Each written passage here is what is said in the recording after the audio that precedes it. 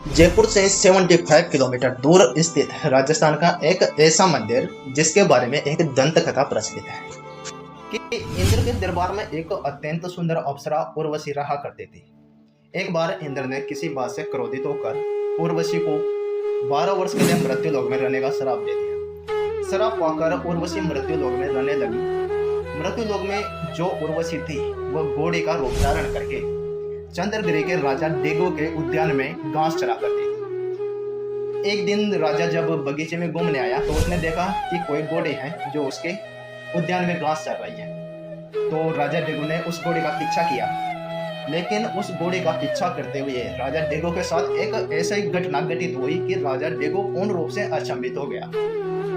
जब राजा डेगो उस घोड़े का पीछा कर रहे थे तो राजा डेगो ने देखा कि उस घोड़े ने एक अत्यंत सुंदर अप्सरा का रूप धारण कर दिया है, एक अत्यंत सुंदर स्त्री का रूप धारण कर दिया। राजा डेगो ये सब देखकर अचंभित हो गए और उस सुंदर अप्सरा को अपने साथ अपने महल में ले जाने के लिए मजबूर हो गए राजा डेगो। लेकिन उस अप्सरा ने एक शर्त राजा डेगो के सामने रखी कि वो तभी उनके साथ अपने महल में जाएगी जब वो उनको एक वचन दे कि जब इंद्र 12 वर्ष की समाप्ति पर 12 वर्ष के श्राप की समाप्ति पर उर्वशी को लेने मृत्यु लोक में आएंगे तो राजा डिगव उसकी रक्षा करेंगे इंद्र से, अन्यथा वह राजा डेगो को श्राप दे देगी।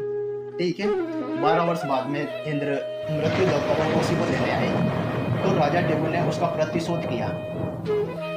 लेकिन जो इंद्र थे उन्होंने भगवान विष्णु की सहायता से राजा डेगो को हरा दिया। मेरे दोस्त, हराने के बाद क्या था, वचनानुसार उर्वशी ने राजा डेगो को श्राप दे दिया कि वह मोटी बन जाएगी।